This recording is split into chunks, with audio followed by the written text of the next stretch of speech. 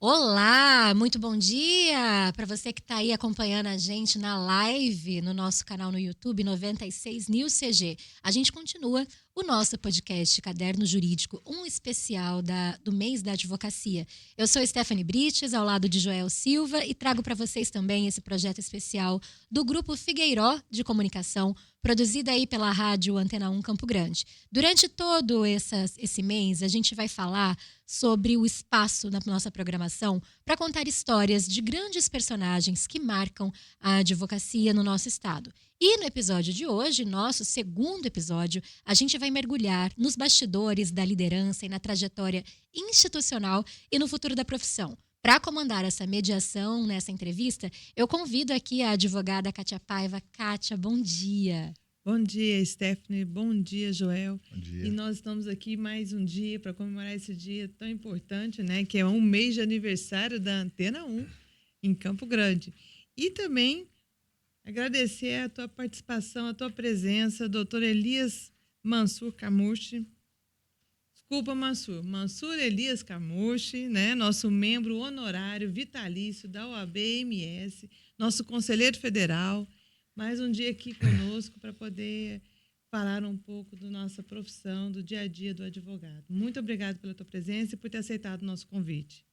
Eu que agradeço, Kátia, mais uma vez cumprimentando a todos os ouvintes aqui da Rádio Antena 1, o seu proprietário, Humberto Figueiró, meu querido amigo, Joel Silva, Stephanie Brites, querida amiga Kátia Paiva, amiga de longa data também, uma grande advogada, uma grande colaboradora institucional, né? É uma honra ter recebido esse convite para a gente celebrar esse mêsversário, né? Como diz o Joel aqui, mêsversário tanto da Antena 1 quanto também comemoração, né, do mês da advocacia, né? Esse mês tão importante para a nossa profissão, para a cidadania, né, para o Brasil como um todo, né? Sem advocacia, a gente não teria um Estado democrático de direito. Eu acho que seria uma história totalmente diferente, com todos os seus problemas ou não, quer queira, quer não, mas nós conseguimos fazer com que o Estado de direito, democrático de direito, ainda prevaleça no nosso país, né? Por óbvio, devemos ainda muitos aprimoramentos ainda para a nossa sociedade, né? Mas, enfim, é um trabalho contínuo que a todo dia se renova, né? Então, são essas as perspectivas que nós temos e eu acho que caminhar com essa luta não é fácil, mas nós temos hoje um presidente também muito atuante, que é o Dr. Bito Pereira, que tem feito um trabalho de escola, eu acho que levando também as demandas não só da nossa profissão, mas também as demandas da sociedade para frente, tem feito uma atuação firme, forte, né? Tá aí a questão do IPTU desse ano, inclusive suspendeu, foi a única instituição que conseguiu obter êxito, né, para suspender a cobrança do IPTU acima dos percentuais que eram permitidos. Então, acho que isso é uma grande vitória. Esse é o papel da instituição, né? Doutor Mansur, eu quero começar já a fazer essa pergunta. A gente começou na rádio agora aqui no nosso YouTube, mas já vou começar com um protesto, né? Quando foi que vocês deixaram, né? Estou falando aqui em nome dos meus colegas de sala, acabarem com o dia do pendura, porque a gente está muito magoado. Na nossa vez, queria que você contasse um pouquinho da história para mim. Essa questão do dia da pendura era uma homenagem tradicional no dia da advocacia, o 11 de agosto, celebrada no Largo de São Francisco, na, né, famosa USP, as arcadas, né, onde aqueles amigos que todos os dias eles partilhavam de momentos no almoço, no jantar, naquele mesmo restaurante, ou seja, eles eram habituês daqueles restaurantes, eles no dia da advocacia, eles se reuniam também justamente naquele lugar onde eles tradicionalmente frequentavam e lá eles, após uma refeição, né, modesta também, nada de exagero, eles levantavam, faziam seus discursos e o proprietário assim fazia a retribuição para eles fazendo com que eles não pagassem a conta daquele dia, né? Porque eles também já vinham um ano inteiro almoçando ali, jantando ali. Então, eles já eram frequentadores assíduos daquele local. Isso foi reconhecido como Dia da Pendura. Mas existia uma liturgia para ser feito isso, né? O que acabou com o Dia da Pendura, efetivamente, foram os exageros que foram cometidos depois, né? Então, a inspiração, eu sempre falo, a inspiração foi muito legal, muito boa, de uma tradição, e foi depois jogada a banalidade. O pessoal ia num restaurante qualquer, que não tinha nenhum tipo de ligação naquele restaurante, começava a fazer alguns pedidos exagerados, bebidas, e aí eles começaram a exagerar a ponto de começar a ter incidentes policiais, inclusive, né? Então acabou acabando o Dia da Pendura. Desvirtuamos. Por conta desse desvio de finalidade, como diz. Então, desvio de finalidade. Então, ele nasceu com um objetivo e depois aí houveram exageros e isso acabou dando muito problema policial, inclusive depois alguns respondendo processos, né, já depois de formados. Então, acabou. Né? Com o tempo, o pessoal acabou esquecendo disso e isso hoje não tem mais, infelizmente, porque era uma coisa bacana, né? É um motivo para você comemorar o Dia da Advocacia, mas naqueles moldes antigos, né? Mas o desvirtuamento e a banalização disso acabou fazendo com que não houvesse mais o Dia da Pendura. Doutor, o senhor foi presidente do AB, aí é conselheiro federal. É um cargo de liderança, né? A liderança para o senhor sempre foi uma coisa natural ou foi algo que foi desenvolvido dentro da faculdade, quando o senhor fez a faculdade de Direito? Veja bem, para mim, né? Não digo no caso de outras pessoas, mas comigo aconteceu um processo natural. Porque, inclusive, o Joel sabe, nós temos um amigo em comum, que é o Lázaro, e eu não queria concorrer na vice-presidente.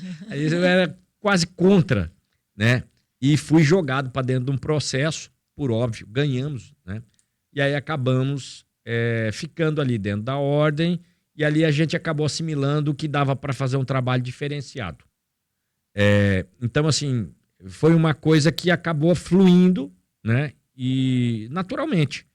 E eu falo assim, não adianta você impor nenhum tipo de situação. As coisas vão acontecendo ao seu modo, né? E eu acho que se ganha, né, notoriedade, respeito, mas depois que você faz o seu trabalho. Né? Eu sempre digo, lá na OAB era todo dia você tinha que ter uma ideia nova para você conseguir movimentar a instituição, fazer um trabalho para a sociedade, fazer um trabalho para a advocacia, né? Então você tinha muitas demandas, às vezes queriam te trazer para um envolvimento político, trazer a instituição para dentro do envolvimento político, o que é sempre um perigo, né? Porque a instituição ela tem que ter a sua natural neutralidade, não é omissão, mas é neutralidade política, sempre tem que ter. E eu sempre fui a favor disso, né? Muito embora a instituição já tenha sido usada para outras finalidades no passado. Né? E às vezes também no futuro, né? Não quer dizer, quem assume, dependendo do que ele conduzir a instituição, você pode fazer com que ela perca a sua identidade, seu valor, né? Ou você pode agregar muito disso para que ela tenha uma representatividade muito maior. Então, a liderança, eu acho que ela nasce naturalmente, não é imposta, né? Qualquer coisa que você impõe não dá certo. No meu modo de ver, ou vai partir para um arbítrio, ou vai partir para um autoritarismo, né? E não é esse o objetivo, é você agregar as pessoas. Mansur, você me despertou uma curiosidade. Tá. Qual foi a sua primeiro ato dentro da OAB Mato Grosso do Sul? Você, na qualidade de advogado lá, há muito tempo atrás, qual foi a sua escolha? Você chegou lá, como que foi entrar dentro da OAB? Como você começou a participar efetivamente da OAB? E qual foi a sua função? a minha primeira, vamos dizer, o sentido que eu adotei foi de olhar para as pessoas, né? Foi uma característica e é uma característica que eu tenho mais humanista. Tanto é que talvez tenha sido uma das primeiras coisas que a gente fez foi colocar as plataformas de elevação na OAB para pessoas deficientes. Eu tive esse olhar logo que eu cheguei. Então, assim, de olhar para as pessoas, não para a estrutura. Nós tínhamos uma estrutura e temos uma estrutura gigantesca, que eu acho, meu modo de ver, muito subutilizada pela grandiosidade e pela não funcionalidade. Então, a primeira coisa que eu vi, é olhar para a acessibilidade. As pessoas teriam que ter uma acessibilidade com aquele que está comandando a instituição. Então, nós colocamos a plataforma de elevação na OAB e na Caixa de Assistência. Aí, uma pessoa com deficiência, ela podia subir para falar com o presidente.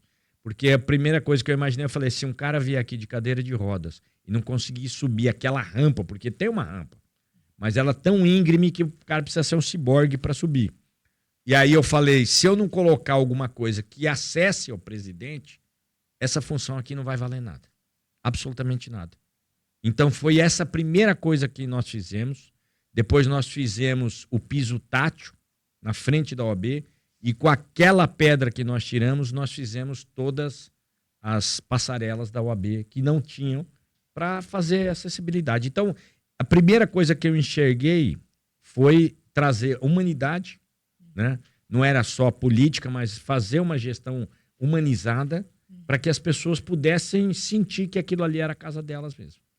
Doutor, mas o senhor está falando aí da questão da acessibilidade, mas historicamente se assentou muito na sua presidência isso, essas bandeiras e essas comissões que cuidavam de defender Sim, a sociedade. as mulheres. Exato, e principalmente... Contra a violência contra a mulher. Eu queria que o senhor falasse um pouquinho sobre essa bandeira, esse viés aí da OAB, que é essa defesa da sociedade, mas nesse sentido.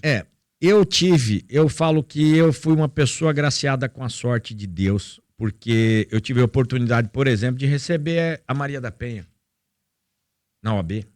Ela veio a Campo Grande 2 vezes. Na inauguração da Casa da Mulher Brasileira, pode procurar aí no Google. E a segunda vez veio na primeira conferência da mulher advogada que nós fizemos. E isso, quando ela entrou na OAB, e eu não me esqueço, porque ela me deu um livro que eu guardo até hoje, está lá na cabeceira lá da minha cama, que é a história da vida dela. Ela falou, nossa, como aqui é fácil de entrar com cadeira de roda, acessibilidade, a gente já tinha preparado o campo. Então, vejam a grandiosidade... De um pequeno ato, né? De um pequeno ato. Ela falou isso. Para mim, eu tenho as fotos com ela. Passei um dia inteiro com ela. Aí tivemos um evento na OAB. E eu gostei muito do jeito dela, porque, além da história dela, eu acho que salva e salvou muitas vidas de mulheres no Brasil. Continua salvando. Eu acho que a história dela, muita gente depois começa a inventar coisa que, não era assim e tal. Mas o que ela conseguiu fazer, ela mudou a história da mulher no Brasil, né? Da violência contra a mulher. Nós tínhamos a comissão, que era a Concevid, atuante demais, inclusive. É por óbvio, cada gestão tem o seu olhar. Eu não faço crítica para nenhuma gestão. Só que cada um tem um olhar para alguma coisa. Ele olhou e viu aquilo ali que era uma coisa importante naquele momento, da sociedade, da advocacia, porque isso trazia reflexo. Nós fazíamos eventos com todas as instituições, com a FEComércio, com a Associação Comercial, com a FIEMS, com a Somasul, com todas as instituições. Nós falamos sobre depressão e suicídio. Nós falávamos sobre a vida das pessoas.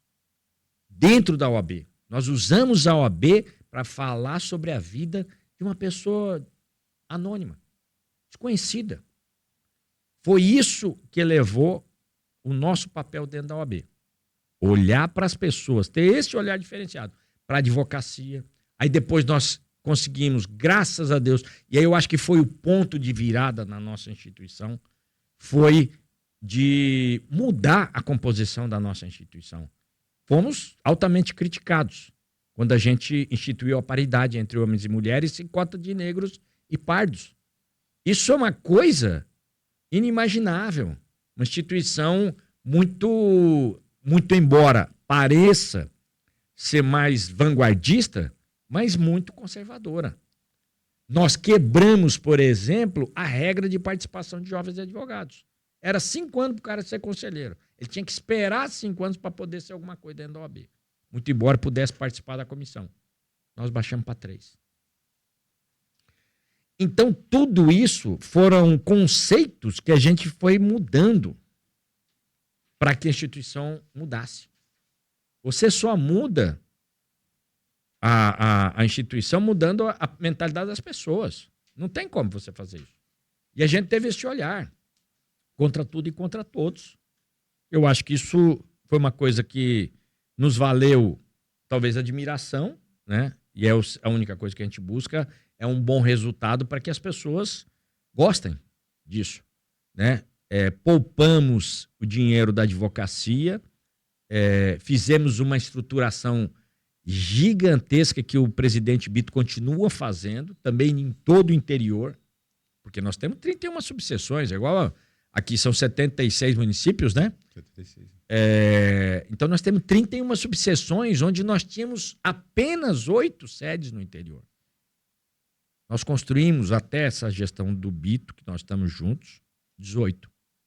Então nós estamos falando de mais da metade em 10 anos. É uma coisa absurda. Sem exaurir a instituição, com a economia e fazendo tudo aquilo que precisava ser feito. Dar uma dignidade para a advocacia do interior, como tem na capital, dar uma estrutura, dar um apoio para o advogado, atender as prerrogativas, todo mundo que queira participar, mulheres, negros, população LGBT, todo mundo tem o seu espaço dentro da OAB hoje. Graças a essa visão que a gente teve com as pessoas. Uma advocacia inclusiva, né? Inclusiva. Porque não adianta nada você fazer para meia dúzia. Você vai fazer igual? Então não vá. Tem que fazer alguma coisa diferente. As pessoas têm que ter esse olhar para fazer coisa diferente. Mas na sua gestão, você enfrentou uma das crises mais difíceis do nosso início desse século, que foi a pandemia. Como que você enfrentou isso? Como que você administrou essa gestão para que nós tivéssemos todo o acesso à justiça sem poder estar presente? Como foi isso para você? Veja bem, nós tivemos nós tomamos uma decisão muito prática. Nós vimos que tinha um problema grave de saúde pública, que era inegado. Aliás, alguns eram negacionistas, mas nós não podíamos negar que existia um período onde as pessoas estavam morrendo. Nós tivemos, o site da OAB era um obituário, era todo dia 2, 3 pessoas morrendo. Era um negócio, assim, inimaginável. Mas a gente soube conduzir com muita tranquilidade e responsabilidade. Tanto é que a OAB, nós ficamos fechados, se não me engano, até gente com os protocolos de segurança, de tudo aquilo que a gente precisava para voltar, fossem estabelecidos. E a gente foi muito rápido com relação a isso. Eu acho que talvez tenha sido esse o ponto de virada. Entender o problema, aceitar o problema, porque não pode negar. Tem um problema, você não podia fechar os olhos. E você tem uma classe toda precisando sobreviver. E aí foi a modernização estrutural e tecnológica que ajudou. Tanto é que o nosso plenário não tinha nada. Falei, mas como é que nós vamos fazer? As sessões não podem fazer aglomeração de pessoas. O que nós vamos fazer? Aí chamei o pessoal, tecnologia. Vamos começar a fazer online. Nós somos dos primeiros, praticamente, começamos a fazer online. Sessões. Adaptei todo o plenário, todo o Tribunal de Ética, tudo feito de sessão remota. Isso que está fazendo aqui hoje, a gente começou a fazer logo na sequência.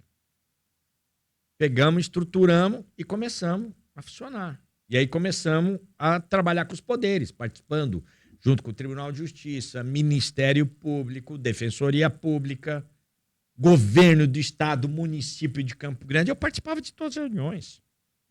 O que é que nós vamos fazer? Então, assim, a gente soube entender o problema muito cedo. Não doutor, negou.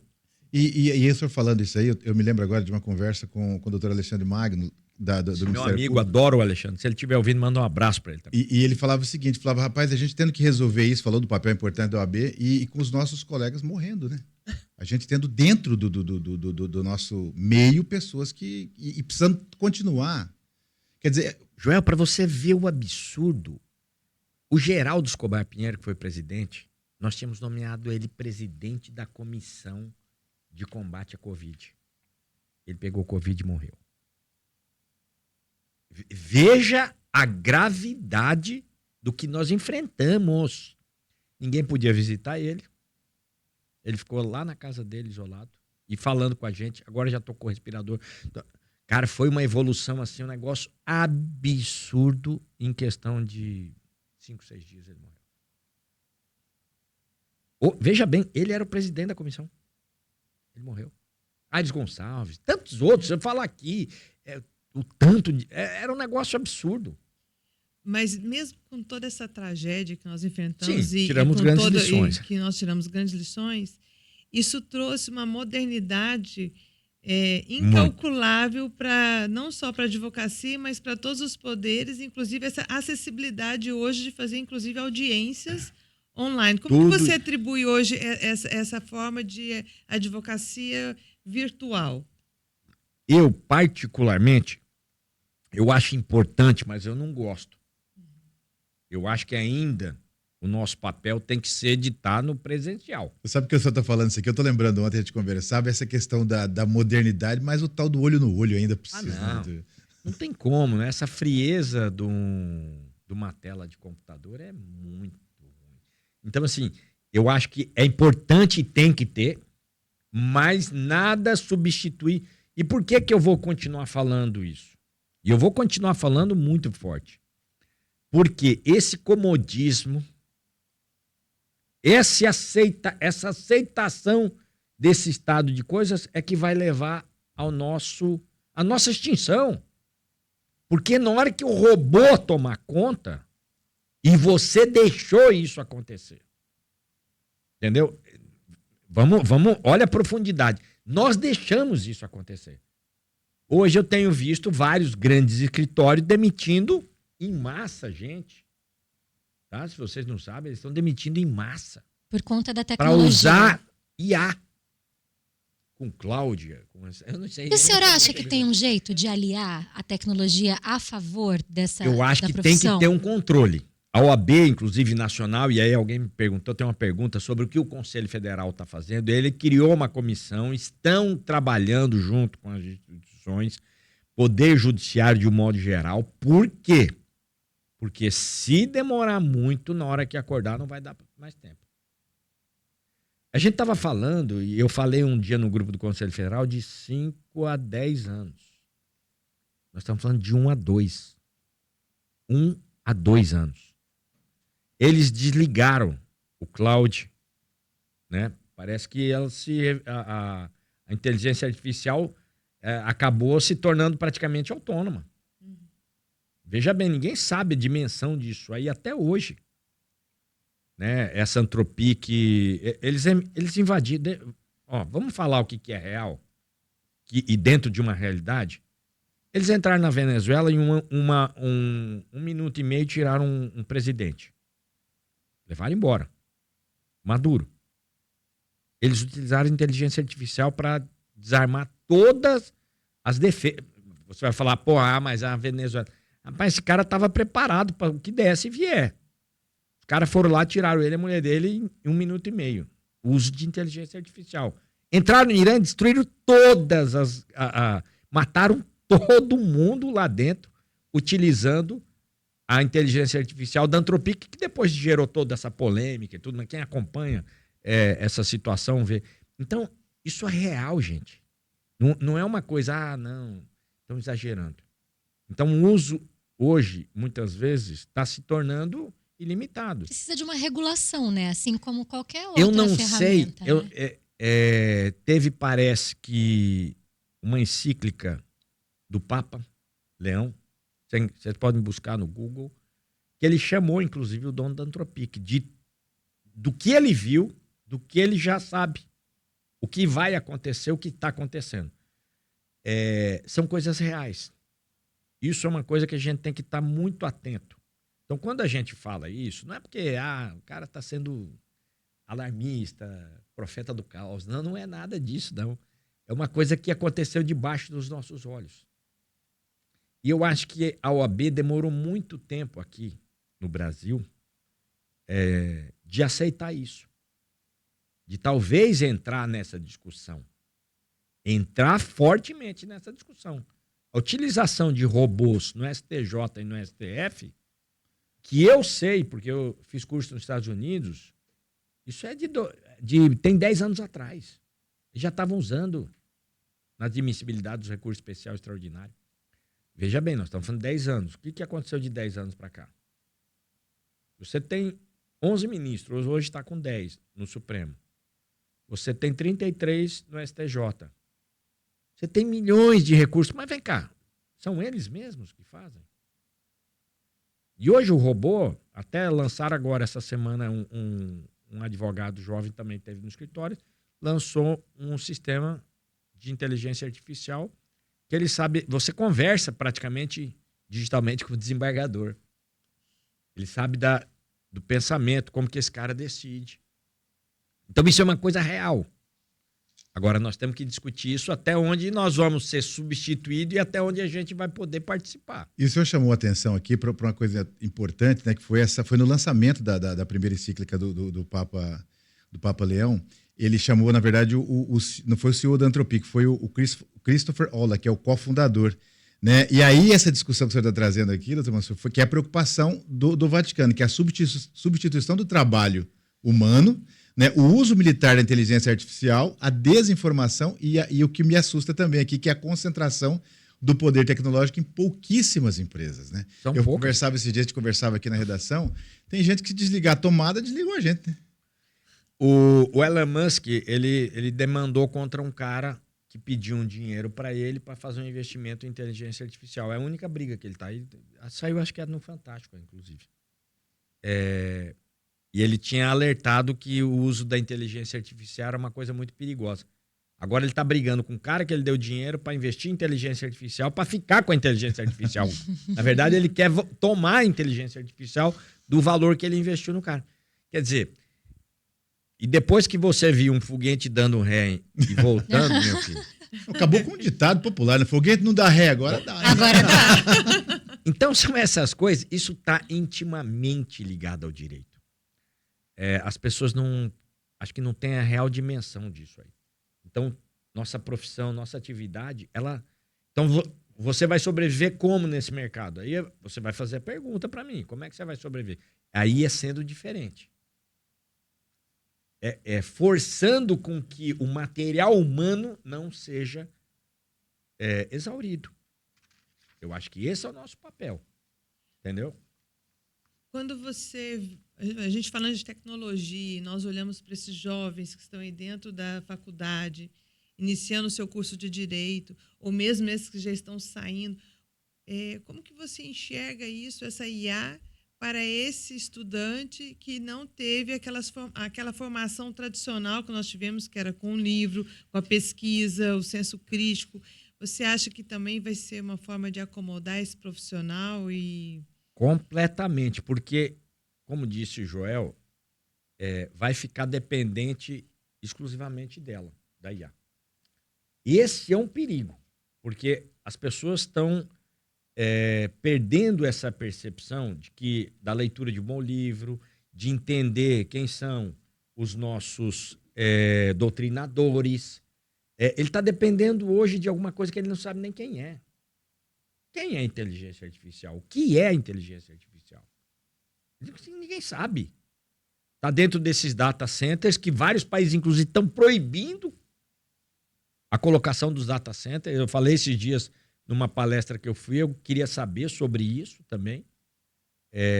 Mas então não vamos mexer com inteligência artificial. Mas a China está mexendo, os Estados Unidos estão mexendo, os outros países estão mexendo, como é que nós não vamos mexer? Eu acho que isso aí vai ter que ter um ponto de equilíbrio lá na frente em algum momento.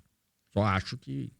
Doutor, eu vou dar um cavalo de pau aqui na nossa entrevista e sair um pouco da coisa da inteligência artificial, porque assim, eu acho tão importante o papel da OAB na construção desse país, né? E muita coisa que a gente ouve aí nos bancos e também conversando entre amigos E aí é uma pergunta, tá? Eu quero que mas não vale ser só a fórmula, tem que ser a fórmula como que o senhor chegou na resposta. Não.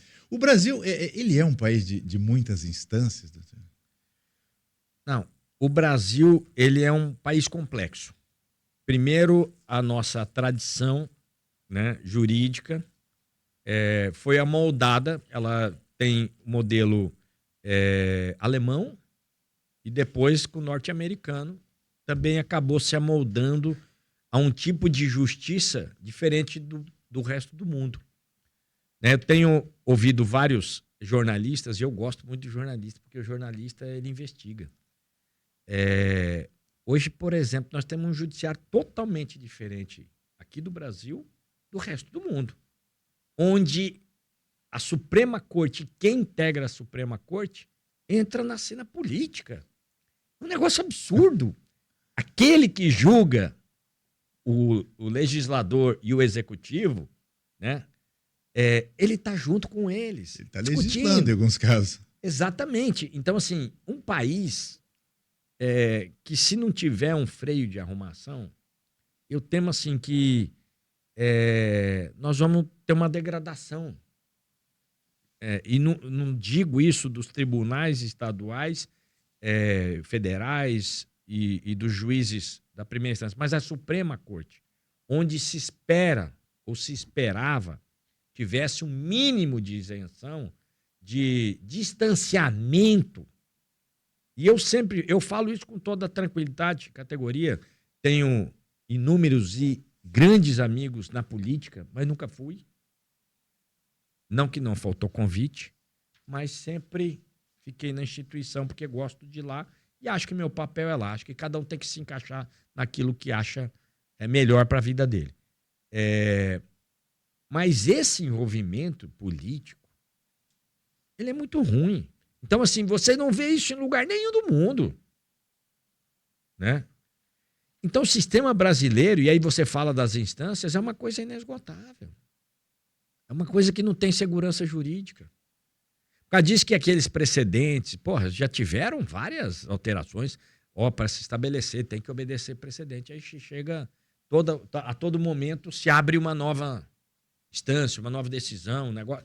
É uma coisa diferente. E aí causa uma coisa na população que é assim, fulano foi condenado, mas foi mesmo? A justiça já foi feita? Mas o que acontece? Com essa inserção do judiciário, quando ele devia estar neutro, tá? Ou seja, ele devia estar na arena do julgamento. Ele participa da cena da política, entendeu? Estou falando isso só do Supremo Tribunal Federal.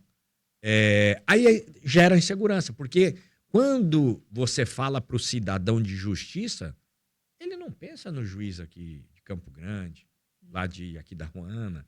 Ele só olha para um lugar. Supremo Tribunal Federal. E nessa esteira, doutor, o Supremo está com as decisões... E hoje, não estou dizendo que eu mudei minha percepção hoje, mas ouvindo o ministro falar, e assim, a gente sempre condenou a questão das decisões monocráticas. Sim. Mas ele diz o seguinte, se não for, a gente não anda. Se for esperar para sempre reunir... Mais ou menos. Mas veja bem, o que acontece? O que eles fazem? O legislador, tá? O Congresso aprova uma lei. Cara, votação de não sei quanto, mínimo de 2/3 de deputados, senadores, todo um conjunto arcabouço do legislativo, né? Na Câmara e no Senado. Aí o cara vai monocraticamente dar uma decisão, suspende a lei. Tá errado. No meu ponto de vista, o colegiado dizer que ela é inconstitucional, aí sim. Mas ele, uma canetada, ou seja, você jogou por terra, jogou abaixo tudo aquilo que o cidadão escolheu, porque se você olhar para o nosso Congresso e para o nosso Senado, são as figuras que nós aqui escolhemos. Nós autorizamos eles a legislarem. Aí vem um cara que não foi eleito, foi escolhido por um presidente de plantão e dá uma liminar e suspende tudo. E o cidadão fica revoltado. Mas lógico, porque ele outorgou mandato para um político. Não foi por um ministro do Supremo.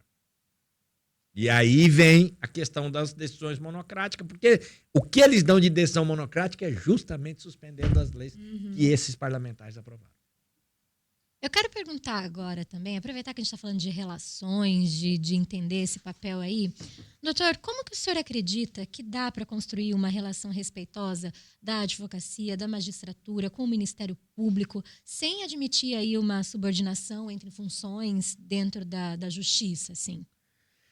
Bom, sempre tem que ter uma relação harmoniosa, não de subserviência. E nós nunca tivemos isso. Nós conversamos e dialogamos com todos os atores do sistema de justiça de forma altaneira. Igual. Preciso falar com o procurador-geral, preciso falar com o presidente do Tribunal de Justiça, temos essas demandas, o aprimoramento, porque o nosso papel é aprimoramento do sistema de justiça para o cidadão. Que nós só temos um objetivo. Advocacia, magistratura, Ministério Público, é o cidadão. Não é mais ninguém. Quem é que paga para ter esse sistema de justiça? É o cidadão, os seus impostos. Então ele não botou você lá para brigar. Não. Ele botou para vocês aprimorarem o sistema para funcionar para ele, cidadão. É por causa disso que você tem que manter uma relação harmoniosa. Se eu chegar lá e começar a brigar com todo mundo, não vou dizer que não tem divergência, e tem divergência, já tive muita divergência. Mas esse não é o nosso papel. Nosso papel, tá? Não é ser subserviente, mas também é fazer com que o sistema funcione. E você tem uma série de falhas que dependem da união de esforços entre... Porque senão não funciona nada para o cidadão. E aí desacredita a magistratura, desacredita o Ministério Público, desacredita a advocacia. Eles nos escolheram essas pessoas para construírem um sistema que funcione, que opere. Eu dei uma entrevista na CNN para Thaís Herédia, para todos aqueles, para o William Vac. E ele falou: o que você acha que é o problema no Brasil hoje? Eu acho que nós temos uma infinidade de problemas. Por que o judiciário é sobrecarregado? Um ponto que pouca gente discute são as agências nacionais. A ANA, a Anatel, todas essas agências que você tem hoje operando no Brasil, que hoje viram cabide de emprego, né? Elas não funcionam. Elas acabam conduzindo as pessoas. Se eu ligo para um PROCON e não consigo resolver meu problema, o que vai acontecer? Vou ter que buscar o judiciário. Se eu ligo lá na não tem mais não é Telemes, o que é mais? É Vivo. Para resolver um problema no telefone, não consigo resolver, entra na justiça. Se eu não consigo resolver um problema de atraso de voo ou perda de bagagem, aí o que eu tenho que fazer? Eu tenho que entrar na justiça. Então, tudo no Brasil acaba conduzindo as pessoas aí para o judiciário. Mas essa é uma frase que até o comércio usa, sabia, com frequência. Você não gostou? Você pode procurar os seus direitos. É uma coisa comum que as pessoas colocaram. Essa cultura de litigiosidade, e não é coisa de advogado, não, porque o cara só pode fazer com advogado. Não é, sabe o que é isso? É a coisa daquele, eu tenho um amigo que é advogado, eu tenho um primo que é advogado, eu conheço um advogado. Veja bem, e não é só isso. Aí tem outros problemas, né? A proliferação de curso jurídico, mas tem uma série de problemas. O Brasil, ele precisa ter um encontro, mas alguém que tem uma visão de país, e aí passa pela política, que tem uma visão de dar um direcionamento para esse país. Esse país está perdido. A nossa política divisionista, com esses grupos que se alternam aí e brigam e tal, não sei o quê, ela não conduz o Brasil para um país do futuro. Esses discursos que nós vemos aí dos políticos aí, é tudo balela. Não conduz a nada. Não tem uma política de integração nacional, né? Das pessoas, sabe, os sistemas funcionarem. Você vai no Canadá, Você vai nos Estados Unidos, pô, o ônibus vai passar 11h42. 11h42. O trem vai sair 9h35. Não, 9h37. 9h37 ele saiu. Doutor, aqui a gente assina o contrato com a internet, ele é obrigado a entregar só tantos por cento. Não entrega Então, o que você comprou, veja você bem, compra um pacote E X elas, recebe e essas menos. empresas que principalmente lidam com essa universalidade de clientes, elas desprezam. Você tem uma empresa que foi contratada para fazer a duplicação da 163. Aí eu vou falar num caso que nós entramos com ação na justiça contra a paralisação da duplicação da 163. É uma vergonha as instituições não terem se unido contra aquela vergonha. Eles pararam. O cara foi contratado para duplicar a rodovia. Eles ficaram aumentando o pedágio. Eles sobrevivem do aumento de pedágio, as empresas. O que deveria ser para duplicar, daqui a pouco vai parar. Porque essa história só pode se repetir. O que foi que aconteceu com a CCR, né? CCR Vias. Pode ser que aconteça novamente. É uma tragédia anunciada para Mato Grosso do Sul.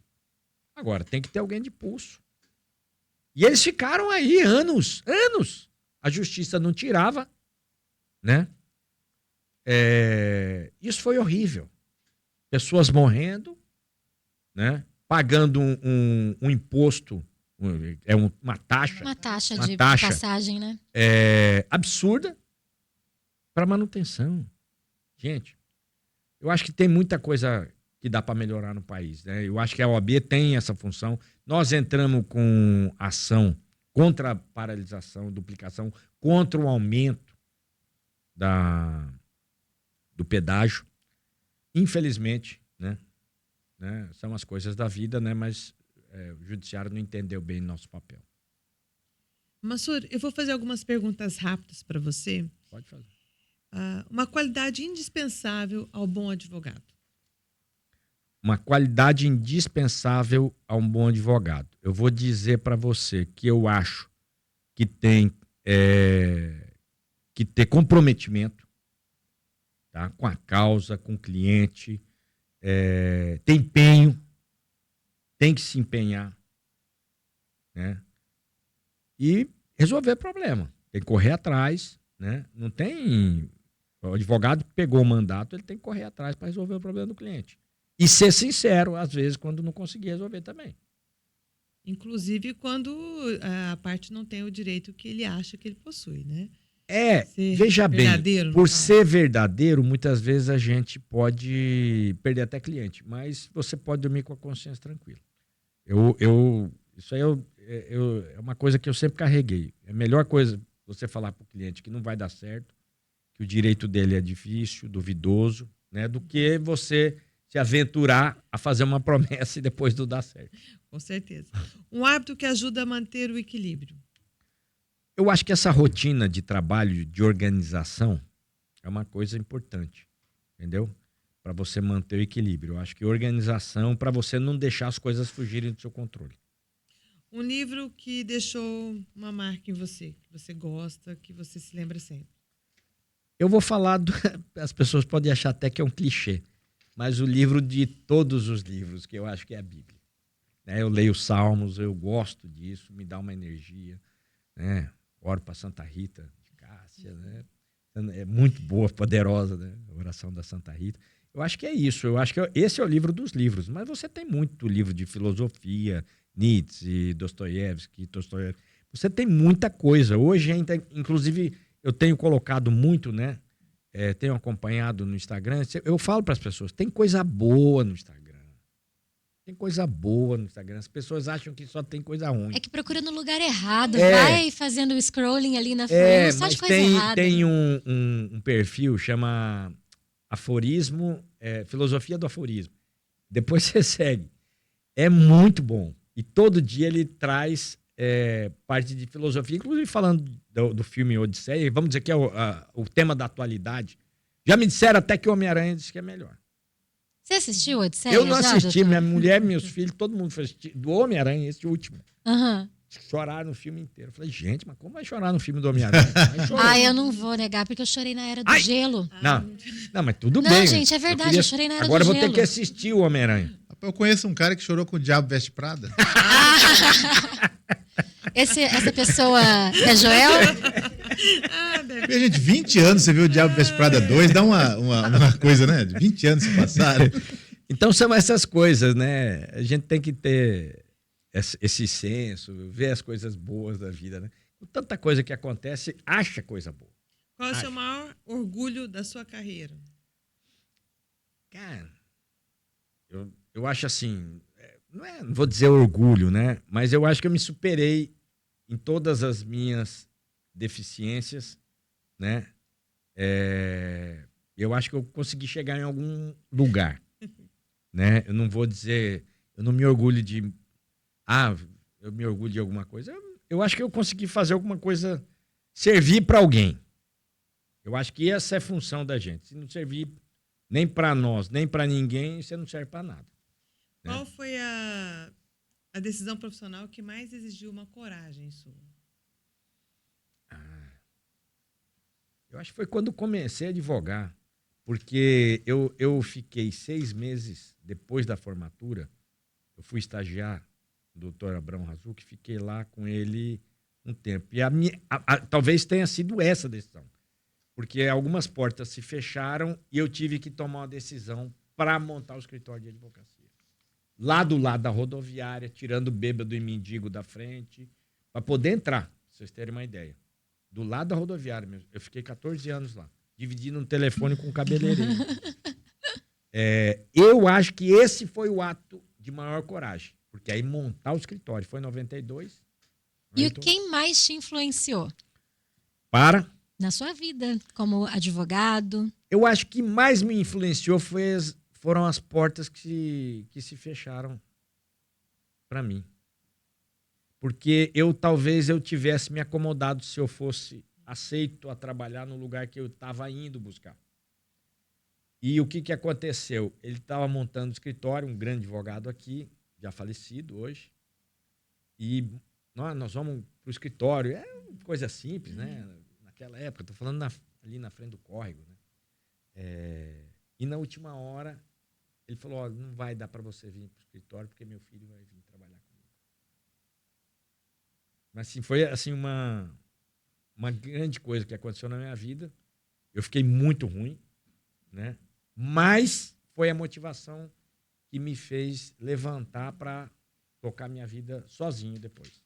E aí foi essa história. E qual foi a maior lição que a advocacia te ensinou? Eu aprendi algumas coisas, mas eu acho que até humildade. A OAB foi o lugar onde eu mais aprendi. Você pode achar que não, mas quando eu ganhei a reeleição, eu pedi a Deus só uma coisa todo dia, para me deixar mais e mais humilde, porque eu tinha ganhado com uma diferença muito grande, era a maior história, foi, né, uma eleição avassaladora, né? Foram 4.000 votos, né? 4.026. 4.026 Você sabe que você nunca votos. pode falar. Uma vez eu falei para um deputado, o senhor teve 17, falou 17.601. 4.026, 1.580 de frente. Então, assim, para a época, para a situação, os concorrentes altamente competitivos, né? Então, assim, eu pedia justamente isso, porque ali é um exercício. Você tem que... Se tem uma coisa que você tem que fazer, é um exercício mental de humildade. As pessoas não imaginam. Porque você tem que ter respeito. Eu, por exemplo, eu sempre falei isso. Eu tenho que ter respeito dos funcionários. Só do advogado. É do funcionário. Meu porteiro. Entendeu? E não foi uma coisa que eu impus para ninguém. É uma coisa que nasceu naturalmente. No dia que teu funcionário te respeitar, tá? Aí sim você pode se considerar uma pessoa vitoriosa. Na hora que eles te admirarem e tal. É isso. Com essas pessoas humildes. Esse é o público que você tem que atingir na sua vida para você ter sucesso. Não é pessoa rica, não. Nada. Isso aí tudo passa. Mas essas pessoas humildes que você estende a mão, essas são as mais importantes. É um sentimento genuíno, né? Também. Exatamente. Então, eu acho que foi isso. Acho que o OAB me ensinou muita coisa legal. Eu falo assim que eu era uma pessoa, sempre fui uma pessoa privilegiada, porque lá todo dia eu tinha como aprender uma coisa nova. E se o senhor tivesse que definir a advocacia em uma palavra, qual seria esta palavra? Abnegação. Abnegação. Bom. E a gente vai chegando ao fim desse podcast, né? O nosso segundo episódio especial aqui no Mês do Advogado, no Caderno Jurídico. Pois é. Mas a gente pode conversar mais 3 horas também, doutor. Não tem problema nenhum. Que eu acho que para um dia inteiro, se deixar. Mas olha, Mansur, foi um prazer tê-lo aqui. Prazer todo foi uma meu. grande alegria você ter aceitado. Principalmente que nós estamos aí caminhando nesse mês aniversário. Uhum. E que a gente possa ter muitos ainda encontros que possam enriquecer e podemos falar de vários outros assuntos, porque eu acho que você trouxe muitos ensinamentos. E o maior deles hoje, porque assim, eu sempre considerei um líder nato, e agora observei que, além de líder, você sempre foi humilde. E por ter essa empatia, essa humildade, é o que faz você conquistar tantas pessoas todos os dias. Todo mundo conhece o Mansur, né, Joel? Todo mundo sabe quem é Mansur. E eu falo, doutora, assim, eu falo sempre que alguém convida para algum evento que está lá, né? Eu falo, se o presidente estiver lá, não vai ser só um evento, vai ser uma aula, né? Com certeza. Nada. Com certeza, foi muito um aprendizado diário aí. A gente tem, sempre fala assim, entre defeitos, né, e acertos, a gente tenta superar com acertos.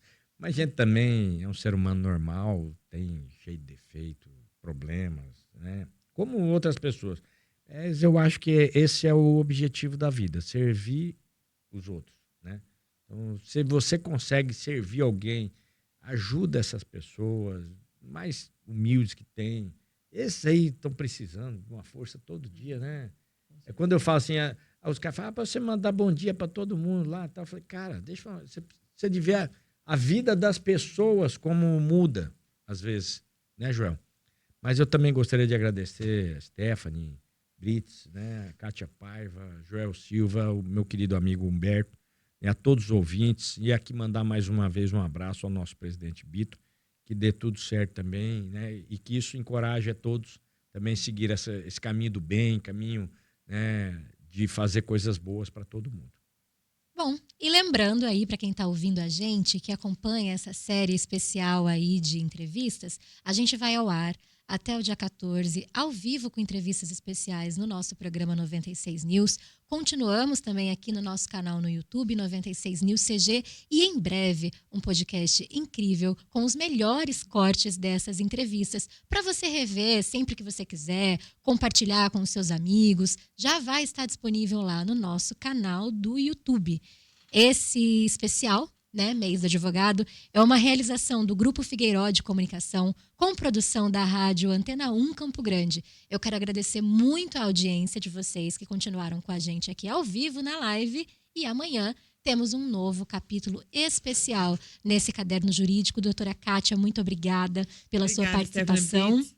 Muito obrigada, Joel, Silvia, e pela oportunidade de estar aqui com vocês, aqui trabalhando nesse dia. Obrigado, gente. Amanhã tem mais. Amanhã tem mais.